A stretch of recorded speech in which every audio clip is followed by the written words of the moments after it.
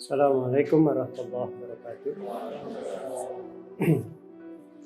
Innal hamdalillah nahmaduhu wa nasta'inuhu wa nastaghfiruh wa na'udzu billahi min shururi anfusina wa min sayyiati a'malina. May yahdihillahu fala mudilla lahu wa may yudlil fala hadiya lahu. Asyhadu an la ilaha illallah wa la syarika lahu wa asyhadu anna Muhammadan abduhu wa rasuluhu la nabiyya ba'dahu. Amsayna ala fitratul Islam wa kalimatul ikhlas wa ala dinin nabiyina Muhammadin sallallahu alaihi wasallam wa ala millati abina Ibrahim hanifa wa makana minal musyrikin. Allahumma shalli wa sallim ala nabiyyina Muhammadin wa ala alihi wa sahbihi ajma'in. Qala Allah ta'ala fi kitabil karim, a'udzu billahi minasyaitonir rajim. Bismillahirrahmanirrahim. Innal ladzina yatluna kitaballahi wa aqamus shalah wa anfaqu mimma razaqnahum sirran wa alaniyah yarjuna tijaratan lam tabur liwafiyahum ujurahum wa yazidahum min fadlih innahu ghafurun syakur. Al-ayat sadaqallahul azim.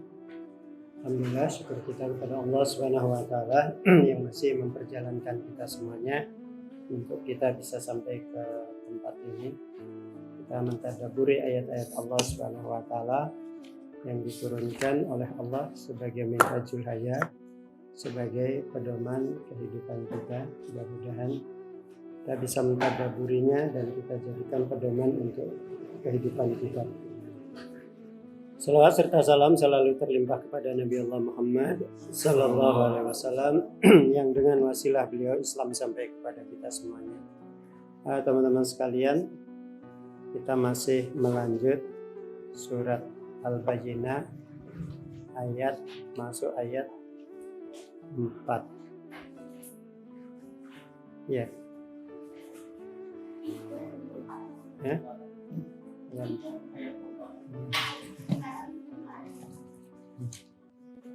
Sudah. Tadi presentasinya udah sampai ayat 3.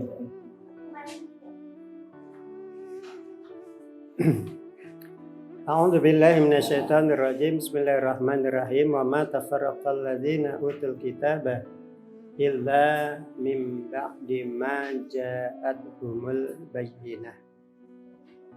Wa ma tafarraqa, dan tidaklah berpecah belah sapa alladzina utul kitab, orang-orang yang telah didatangkan kepada mereka kitab, illa, kecuali mimba dima, dari setelah apa-apa ja'at, yang datang, apa mahum pada mereka al-bayyinati wa bayanat, penjelasan. Jadi orang ahlul kitab, ya, ini dikhususkan ahlul kitab, bukan orang musyrik. Ahlul kitab itu yaitu orang Yahudi dan Nasrani. Dinyatakan oleh Allah di ayat ini bahwa mereka menjadi terpecah belah ketika Rasulullah Shallallahu Alaihi Wasallam diutus menjadi Rasul. Kenapa kok terpecah? Mereka yang meyakini akan diutusnya seorang Rasul dan sudah tercantum di dalam kitab mereka, dan mereka menanti-nanti kedatangan Rasul. Mereka tunggu, mereka nantikan. Bahkan sebagian mereka sudah mendapatkan informasi bahwa Rasul yang diutus itu diutusnya di daerah Jazirah Arab, bukan di daerah Palestina atau daerah Syam, tidak, tapi di Jazirah Arab. Itu ditandai dengan seorang sahabat Rasul yang dari Persia, yang di agamanya Kristen. Siapa namanya? Bukan. Yang merancang perang Khandaq. Siapa? Salman Al-Farisi. Jadi Salman Al-Farisi itu menyongsong kedatangan Rasul yang dia itu waktu itu Nasrani beliau melakukan perjalanan dari Persia ke Mesir. Sampai Mesir dia mendapatkan informasi bahwa yang diutusnya itu di Jazirah Arab. Maka beliau pun melakukan perjalanan sampai ke Yasrib, sampai ke Madinah. Sampai ke Madinah. Jadi begitu keras upaya yang dilakukan. Nah, teman-teman sekalian, maka ketika mereka menanti-nanti, karena apa? Mereka meyakini bahwa kedatangan Rasul itu akan mengembalikan kejayaan mereka. Orang-orang Yahudi maupun orang-orang Nasrani. Mengembalikan kejayaan mereka. Mereka di Palestina sudah terusir, kan gitu ya. Sudah terpecah belah nggak karuan. Nah, di dalam surat As-Saff itu dijelaskan, A'udzubillahi minasyaitonirrajim, wa idh qala Isa bin Maryam ya bani Israila inni rasulullah ilaikum musaddiqan lima baina yadayhi wa mubasysyiran birrasuli ya'ti min ba'dismuhu Ahmad. Gitu. Surat As-Saff itu surat ke-61 apa ya? Ya. Surat ke-61.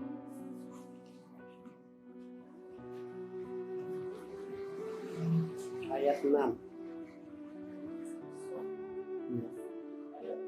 Ayat 6.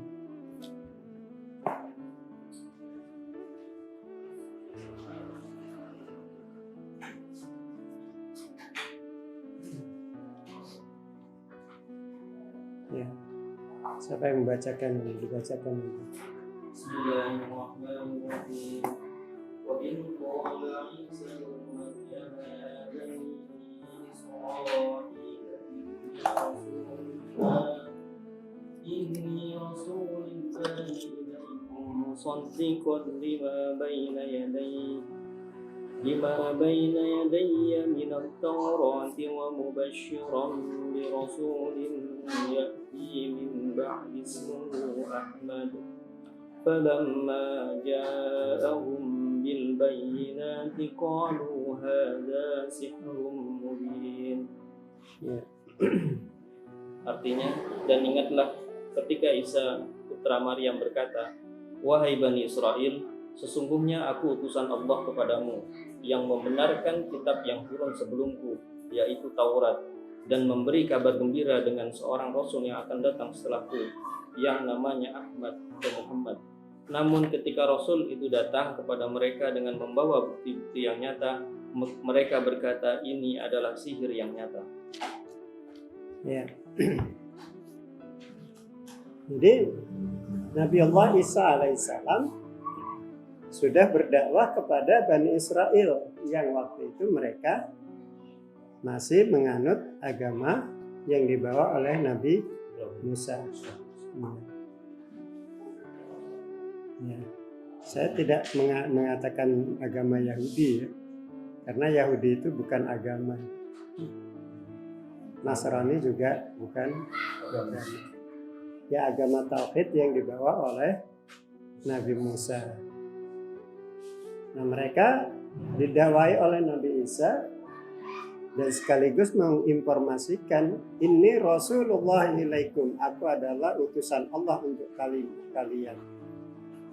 Yang musaddiqan lima baina yadai minat Taurati, yang membenarkan isi kitab Taurat yang ada di tangan kalian gitu. Isi yang membenarkan Taurat yang kalian pegang gitu.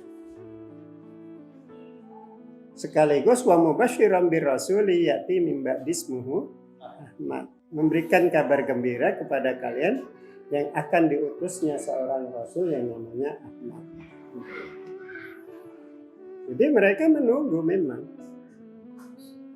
Mereka menunggu kedatangan Muhammad. Lantas kenapa ketika Rasul itu datang kok mereka berpecah belah? Gitu. Nah, itu ada di dalam surat Ali Imran ayat 6 apa ya? Ayat 19. Kita udah hafal ini ayat ini. Inna ad-dina indallahi Islam wa makhtalafal ladzina utul kitab illa min ba'di ma ja'ahumul ilmu baghyan bainahum.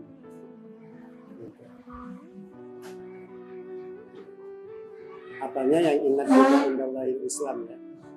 Hafal semua ya. Inna ad-dina indallahi Islam.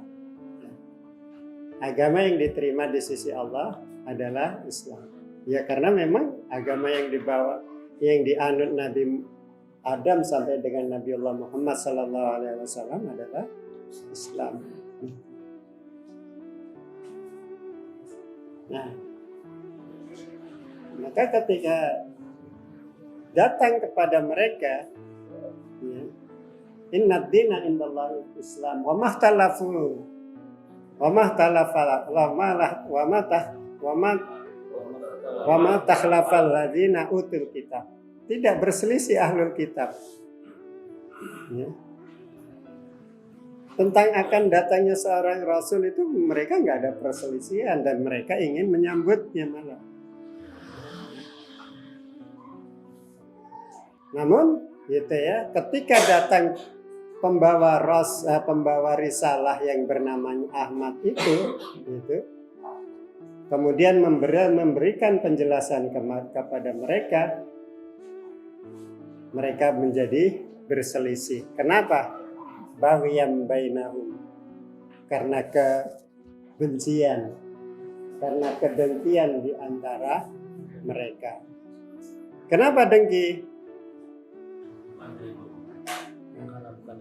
Jalur kerasulan itu dari Nabi Ismail ke Nabi Ibrahim, Ismail ke Nabiullah Muhammad SAW. Bukan Nabi Ibrahim, Ishak, terus Rasul itu kan Rasul terus sampai ke. Nah itu yang mereka tunggu-tunggu dari jalurnya Isa.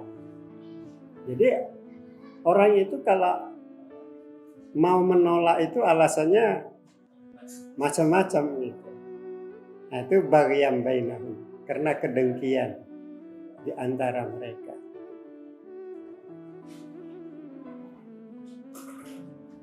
Maka Rasulullah Sallallahu Alaihi Wasallam memerintahkan kepada kita dalam urusan bayanat penjelasan itu harus yang dilihat itu apa yang disampaikan, jangan melihat siapa yang menyampaikan. Unjur maqala wala tanjur mangqala. Lihat apa yang disampaikan, jangan dilihat siapa yang menyampaikan gitu. Kalau orang Medan itu mengistilahkan itu, sekalipun keluar dari pantat ayam itu tetap telur yang mengandung protein yang banyak gitu. Bahasanya bahasa kayak gitu itu ya. Nah, karena apa? Gitu. Karena memang yang diperhatikan, yang perlu kita pegang itu adalah kebenaran dari isi dari apa yang disampaikan.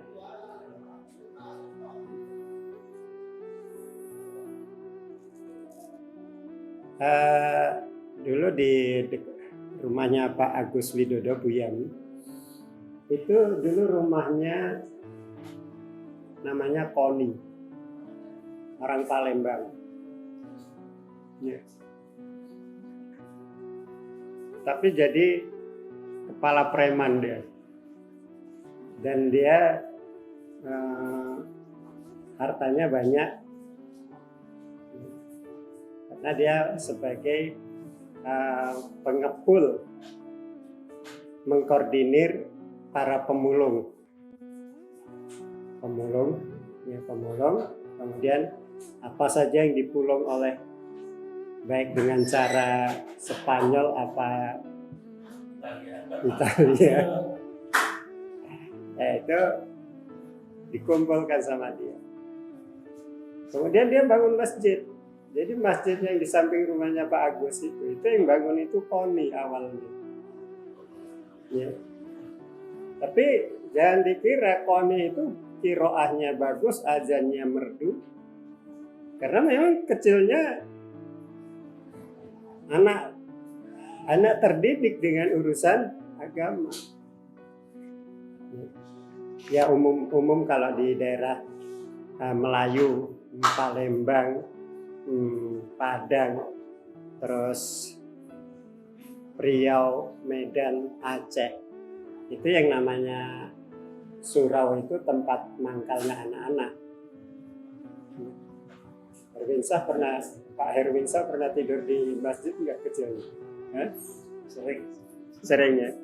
Ya, kecilannya memang tidurnya di masjid. Memang umumnya masjid itu tempat berkumpul, tempat tidurnya, tempat belajarnya. Gitu. Nah, kalau sekarang kan masjid dilarang tidur di masjid gitu ya. Makanya anak-anak sekarang itu nggak doyan di masjid gitu. Kalau ribut sedikit, takmirnya ngamuk kan gitu. Ya. Saya itu dari kelas 2 SD sampai tamat SMP tidurnya di masjid. Iya. Ya begitu. Nah, biasa kayak gitu itu biasa. Sekalipun di rumah ya ada tempat tidur. Nah, itu bagian dari. Nah, kembali ke Tony. Dia gitu pun masih kadang dia Pak, kalau Ramadan kultum dia ikut kultum gitu. Iya. Nah, ya ikut kultum, ngimami bacaannya bagus, azannya bagus. Itu Pak Agus Widodo sama Pak Arif Mendiang itu heran itu. Orang mana saya bilang itu? Orang Palembang. Oh, nggak usah heran gitu. Karena kalau orang sana itu kalau udah anaknya haji zaman dulu ya, nah itu udah top. Makanya dia dari hasil itu masih kepikir bangun masjid, terus membangunkan rumah pemulung. Ya Pak Danang ya, daerah Riverside. Dia pinggir kali Code. Nah itu begitu. Maka teman-teman sekalian, yang namanya kebenaran tetap aja kebenaran, ya. Yang kita perhatikan untuk kita jadikan pedoman. Makanya Bapak Ibu rahimakumullah, kita dalam urusan ini betul-betul diwanti-wanti oleh Rasulullah untuk memperhatikan apa yang disampaikan, jangan memperhatikan. Nah, kita rusaknya budaya Islam seperti itu sebetulnya salah satunya adalah budaya seminar. Kalau seminar itu yang dikenalkan apanya dulu? Pemateri dengan macam mana ya, supaya apa? Kita terkagum-kagum dengan iya. Saya beberapa kali mengikuti penyampaian profesor doktor itu. Saya kira biasa-biasa aja, dangkal-dangkal aja gitu ya. Kadang menggunakan bahasa-bahasa yang tidak yang menjadi seolah tinggi sekali, yang tidak tercerna bagi yang mendengarkan gitu. Jadi bukan itu tidak berarti gitu ya. Bukan itu tidak berarti. Cuman ini akan berbanding terbalik dengan apa yang disampaikan oleh Rasulullah gitu. Nah, maka ketika kita sebagai pribadi Muslim, apa yang kita bicarakan, apa yang kita sampaikan, itu akan bernilai manakala yang kita sampaikan itu kandungan dari apa yang disampaikan oleh Rasulullah. Gitu.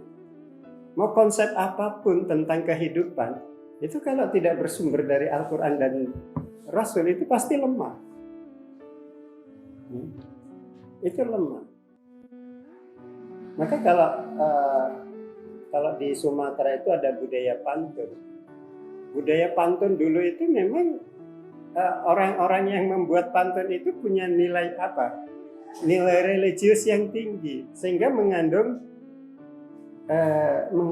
nilai di dalamnya dengan bahasa yang bahasa kaumnya, ya. Kalau di sana itu dengan cara-cara seperti itu.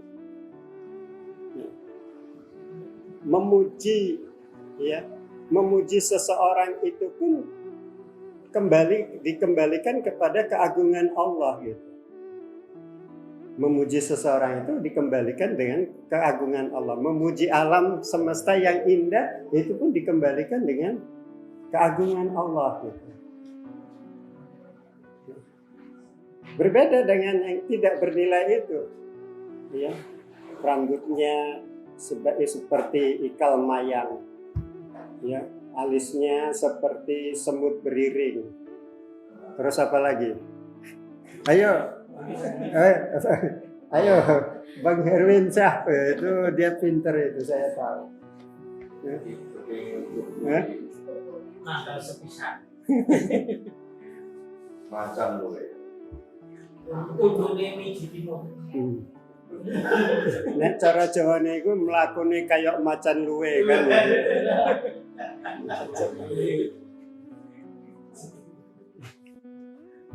Yang banyak adalah pemujaan syahwat akhirnya kan gitu.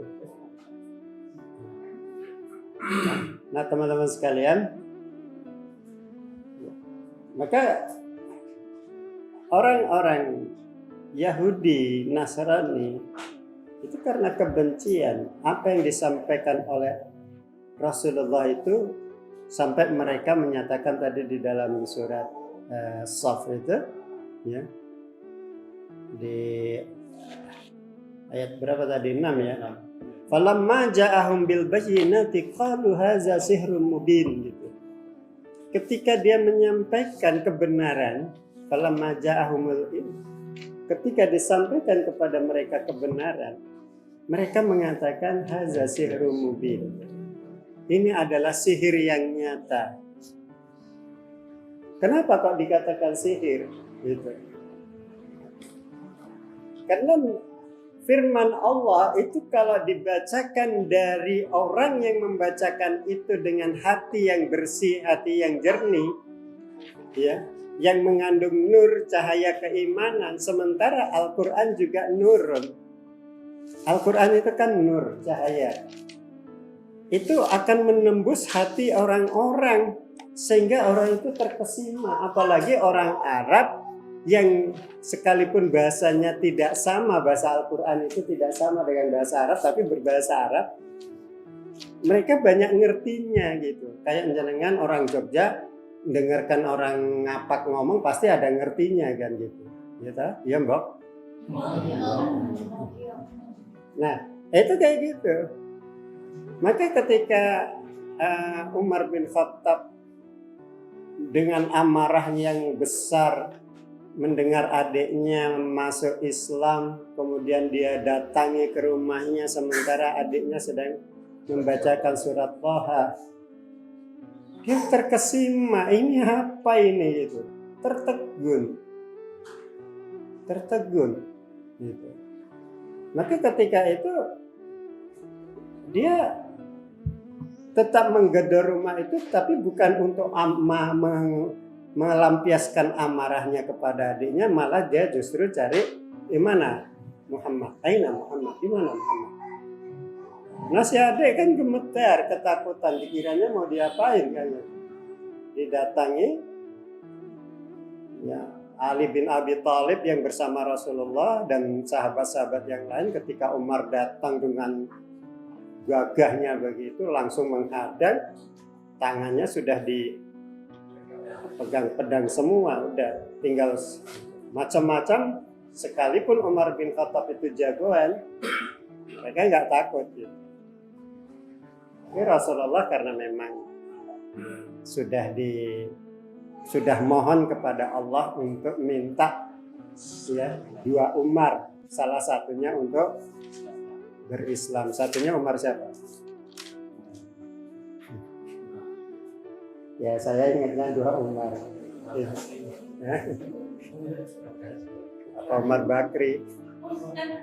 Ya, teman-teman sekalian, maka ketika itu para sahabat itu tetap waspada.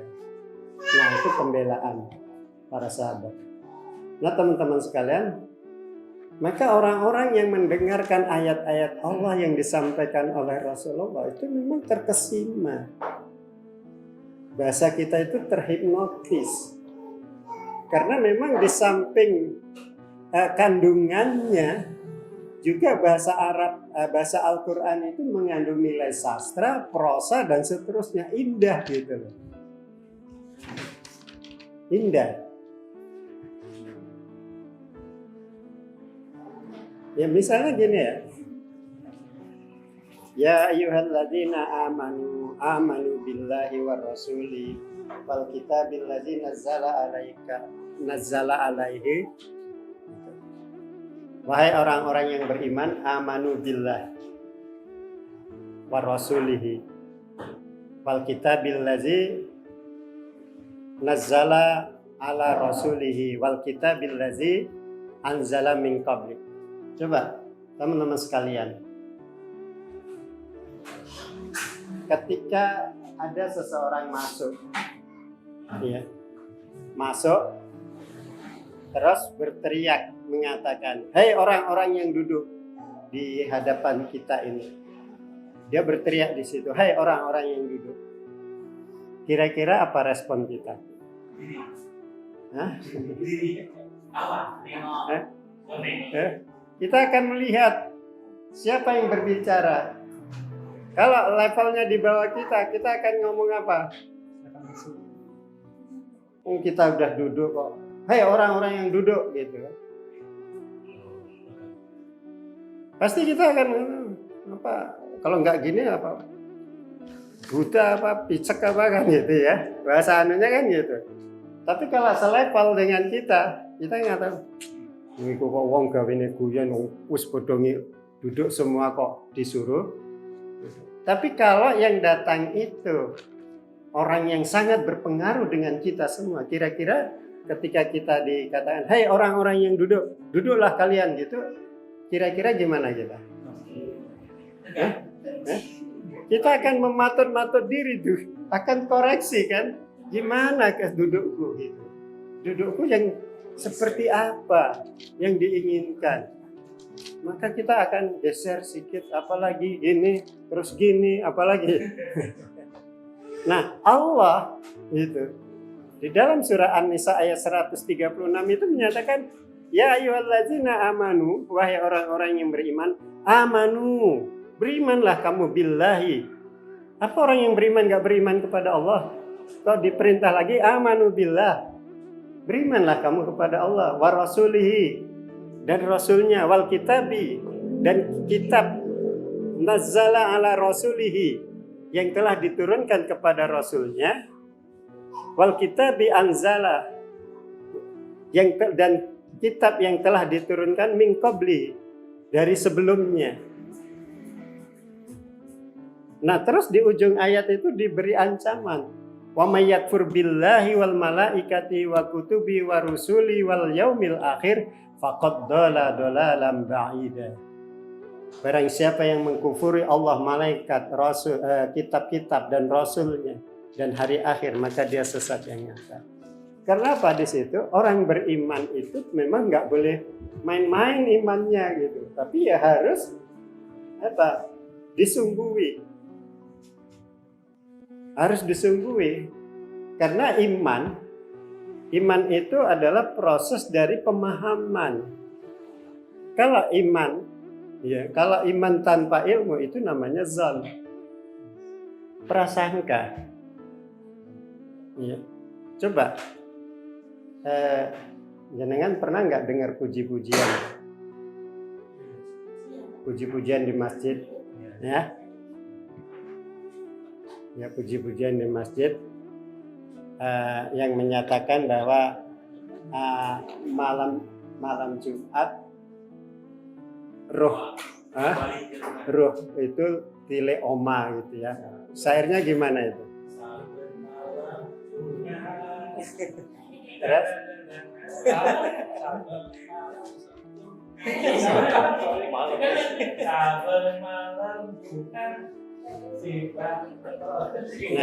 coba teman-teman sekalian.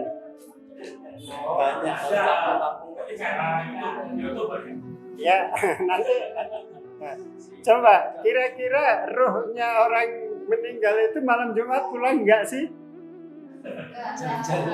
Jalan-jalan. Adakah itu diajarkan oleh Allah dan Rasulnya? Ya. Sekalipun ada di kitab apa, kalau Allah dan Rasulnya tidak menyatakan itu, maka itu bighairi ilmu. Tidak dengan ilmu, artinya tidak ada ilmunya. Karena urusan agama itu yang menetapkan ilmunya Allah dan Rasulnya. Gitu. Nah, karena sudah ada keyakinan yang tanpa ilmu tadi, maka perbuatannya apa sih? Maka Kamis sore ya dibuatkanlah minuman apa, terus ditajok taruh pojok rumah, nggo mbae arep tilik oma gitu.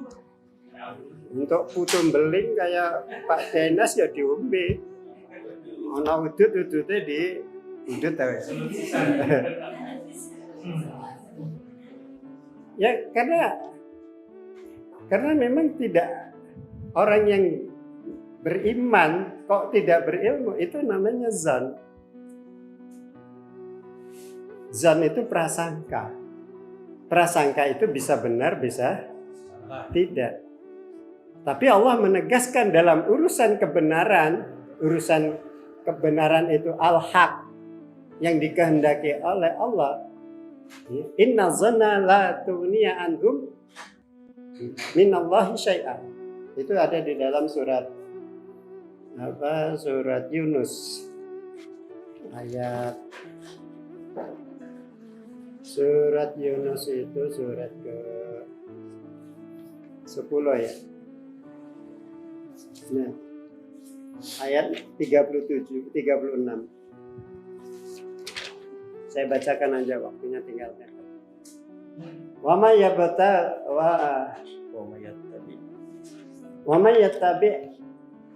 yattabi'u aktsarahum illa zan.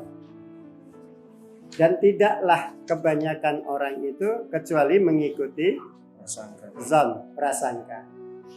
Inna zanna, sesungguhnya prasangka itu la yughni, tidak ada manfaatnya minal haqqi syai'an, terhadap kebenaran sedikit pun. Innallaha alimun bima yaf'alun. Sesungguhnya Allah itu mengetahui apa yang mereka kerjakan. Maka orang-orang non-muslim yang mereka mengaku beriman, di dalam surat Al-Kahfi itu kan apa? Wa yunzirul ladzina qalu ittakhazallahu walada ma lahum bihi min ilmin wala li abaihim kaburat kalimatan takhruju min afwahihim iyaquluna illa kadziba. Dan supaya kamu memberikan peringatan dengan Al-Qur'an ini terhadap orang-orang yang mengatakan bahwa Allah itu punya anak. Malahum bihi min ilmin, yang mana mereka itu tidak ada ilmunya. Sekalipun mereka punya kitab yang namanya Madabakti yang selalu dibawa ke gereja, itu bukan Injil, Ya, namanya Mada Bakti, itu bukunya syair-syair untuk nyanyi-nyanyi memuji Tuhan mereka. Gitu. Malah bihi min ilmin. Mereka itu tidak ada ilmunya. Walau liabaihim, mbah mereka pun, ya mbah-mbah mereka itu pun tidak dengan ilmu. Tuh. Karena apa? Karena tidak ada dari Allah dan Rasulnya. Nabi Isa tidak mengajarkan seperti itu. Di Injil tidak mengajarkan seperti itu. Maka tidak lain ucapan mereka itu illa kaziba, kecuali kebohongan. Maka kita pun Bapak Ibu rahimahumullah, ketika kita menyampaikan sesuatu terus kita mengklaim bahwa ini sabda Rasul, wah itu azabnya besar. Nggak boleh, apalagi ini firman Allah, itu juga nggak boleh. Makanya terhadap hadis-hadis yang masyhur gitu ya, ya kok hadis ya, hadis ungkapan ada kaul sahabat, ya asar sahabat gitu ya. Misalnya gini, innallaha yarfa'u bihadzal kitab wa wada'u bihadzal kitab. Sesungguhnya Allah mengangkat derajat suatu kaum dengan kitab ini, yaitu Al-Quran, dan merendahkannya dengan Al-Quran. Itu kaulnya Umar bin Khattab, ya. Yang mana Umar bin Khattab membuat kaul seperti itu, ucapan seperti itu, merupakan satu kesimpulan pemahaman beliau sekaligus pengalaman beliau bahwa umat yang sedikit pun ketika berpegang teguh kepada Al-Quran akan diangkat derajatnya. Sebagaimana teman-teman kita di Palestina, mereka itu senjata paling ampuh itu apa? Karena mereka hidup bersama Al-Quran. Gitu. Sampai anak-anak pun ketika rumahnya dibom, mau menyingkir gitu, yang dia cari mana Quran. Quran betul-betul Quran yang dicari. Gitu. Bukan dia cari mainannya atau HP-nya, boro-boro punya HP ya. Nah, itu yang dicari Al-Quran. Itu senjata yang paling aman. Nah, teman-teman sekalian, kita lanjut di surah Al-Bayyinah. Maka di situ kita, ya, dengan perilakunya orang-orang ahlul kitab, ya, ketika Rasulullah diutus, ya, kemudian menyampaikan bayanat ajarannya, mereka berpecah belah. Maka Allah pun mengingatkan kita di dalam surat Ali Imran ayat 105. Kita buka aja. Surat Ali Imran ayat 105.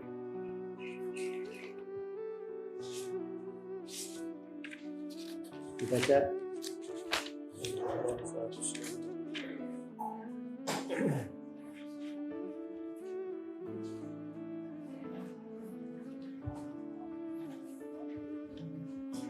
Bismillahirrahmanirrahim. ولا تكونوا كالذين تفرقوا واختلفوا من بعد ما جاءهم البينات وأولئك لهم عذاب عظيم. Artinya, dan janganlah kamu menjadi seperti orang-orang yang bercerai-berai dan berselisih setelah sampai kepada mereka keterangan yang jelas, dan mereka itulah orang-orang yang mendapat azab yang berat. Iya. Nah, ini ayat ini untuk kita. Wala takunu kalladzina tafarraqu. Janganlah kamu menjadi orang seperti yang berpecah belah, wahtalafu, dan berselisih, mimba dima ja'ahum, yang telah datang kepada mereka itu al-bayyinat, yaitu penjelasan. Nah, kalau itu terjadi, ulaika humul wa ulaika lahum azabun azim, bagi mereka azab yang besar. Nah teman-teman sekalian, kita perhatikan umat Islam ketika beramal tidak pakai ilmu, tidak pakai ilmu yang dituntunkan oleh Allah dan Rasulnya. Terus datang ustadz, datang ulama menyampaikan sesuai dengan apa yang ada di dalam Al-Quran dan Sunnah. Kira-kira terjadi gejolak enggak? Akan terjadi gejolak. Yang mau ikut kepada ulama itu. Kalau enggak, dia akan melakukan, paling tidak dia membuat benteng diri untuk menyelisihi, untuk berpisah dengan kebenaran. Makanya carut marutnya umat Islam di negeri kita itu karena memang yang pertama itu yang dibangun itu adalah fanatisme golongan. Coba teman-teman sekalian, kalau sholatnya pakai ini wajah tu wajahiyah itu golongan mana? Kalau Allahumma ba'id baini wa baina itu golongan mana? Kenapa kok kita ikut-ikutan mau golong-golongan seperti itu? Bukankah wajah tu wajahiyah Allahumma ba'id itu sama-sama ajaran Rasul? Itu yang sama-sama ada ilmunya, ada dari Rasul. Saya awal-awal mendirikan sekolah, itu Taman Pendidikan Al-Quran dulu. Ada kiai, itu bilang, Pak Khalid, yang diajarkan apa untuk anak-anak? Ini NU apa Muhammadiyah? Saya sudah ngerti arahnya, itu sudah ngerti ini mau kemana gitu. Oh iya, gitu. Ya kita ajarkan mereka itu ya tentang wudhu, tentang sholat gitu. Bacaan sholatnya misalnya ya, takbiratul ihram, kemudian baca doa iftitah. Mereka kita ajarkan wajah tu wajahiyah, terus Allahumma ba'id, karena dua-dua ajaran Rasul. Agak kaget ya. Tapi terus anaknya dimasukkan semua ikut ngaji itu ya, ikut TPA ya, kita ajarkan semua supaya mereka nggak memisah-misahkan. Terus mau pakai kunut atau tidak itu juga sama-sama yang pernah dilakukan oleh Rasulullah. Kadang-kadang kita nggak tahu bacaan rukuk, taunya subhana rabbil azim ya. Terus ada yang pakai subhana rabbil azimi wa bihamdi gitu. Kalau subhanakallahumma wa bihamdika Allahumma firli nggak pernah tahu itu ajaran apa lagi ini kan gitu. Nah, terus gimana kan gitu. Nah, di sini gitu. Itu yang ada tuntunan, bahkan yang tadi subhanakallahumma rabbana wa bihamdika Allahumma firli gitu ya. Itu dianggapnya ini ajaran sesat, ajaran Wahabi, ajaran apa lagi dan seterusnya. Ya Allah, kan itu. Nah, ketika terus Sayyidina itu gimana sih? Jangan suka pakai Sayyidina apa enggak? Oke, kalau sholat enggak. Kalau sholat nggak boleh pakai Sayyidina. Iya. Ya masalah-masalah gitu kalau kita nggak tahu. Iya. Terus kalau terawih, ya, Al Khalifatul Awalus Abu Bakar As-Siddiq radhiyallahu anhu gitu. Tahu nggak sebab-sebabnya itu kenapa dibacakan itu? Syiah. Ya pencegahan Syiah, ajaran Syiah. Karena Hadratus Syekh Hasyim Asy'ari menyatakan hati-hati dengan bid'ah.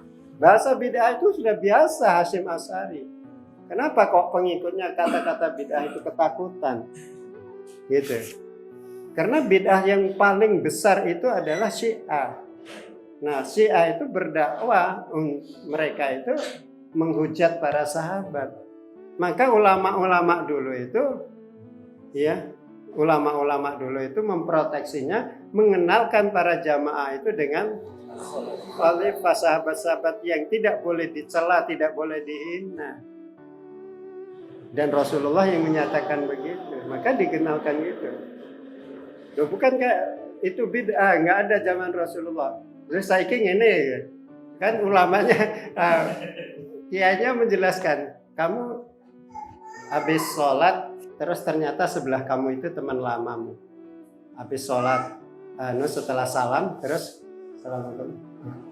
Piye kabari? Sama al khalifatul ula sama piye kabari kan sama-sama ngomong kan? Hah? Sama-sama ngomong kan?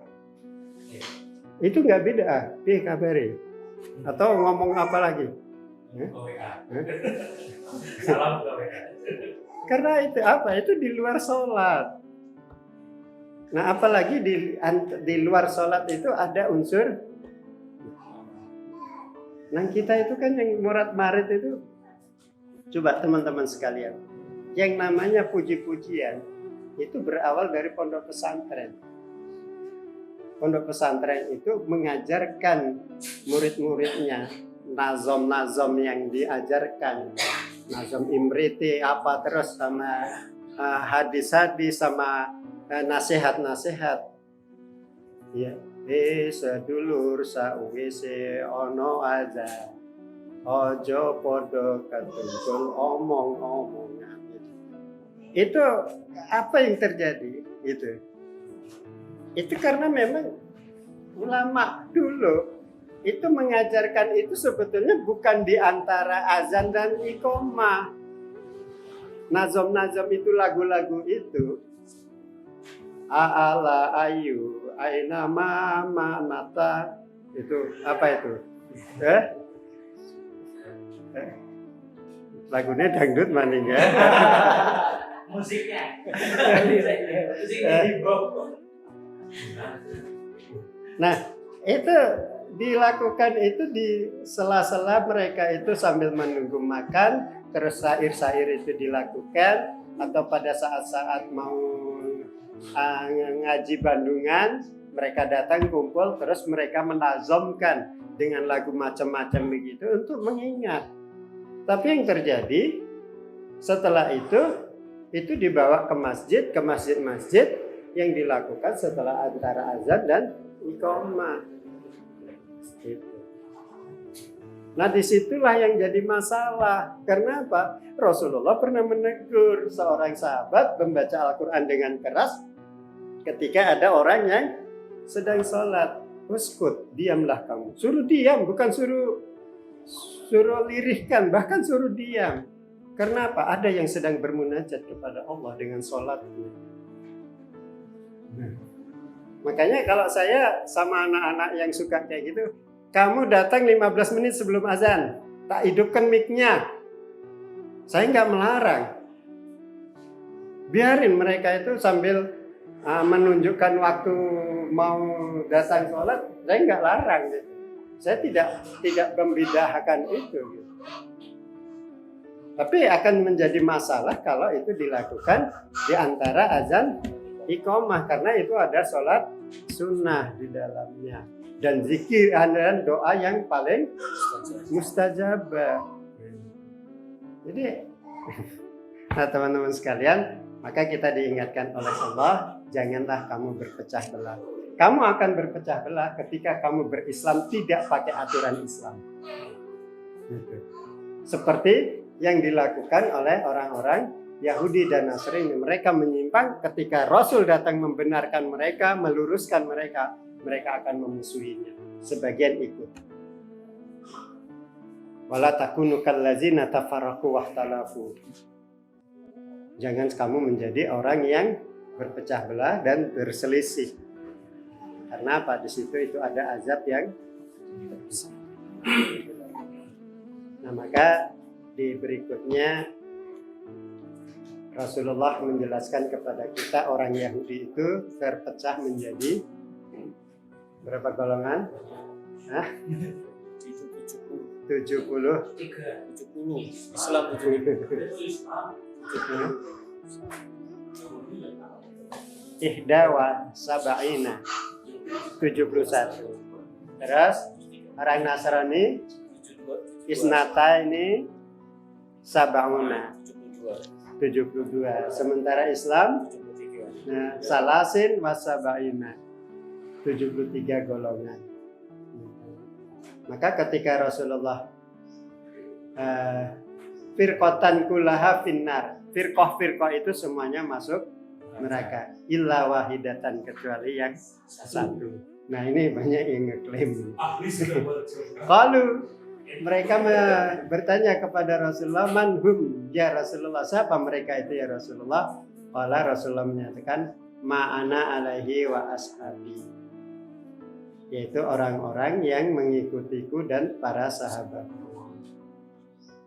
Maka semangat kita itu memang bagaimana kita memahami Islam itu menurut pemahaman sahabat.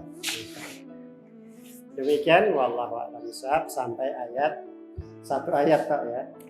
Ya, insyaallah pekan depan kita lanjut. Assalamualaikum warahmatullahi wabarakatuh.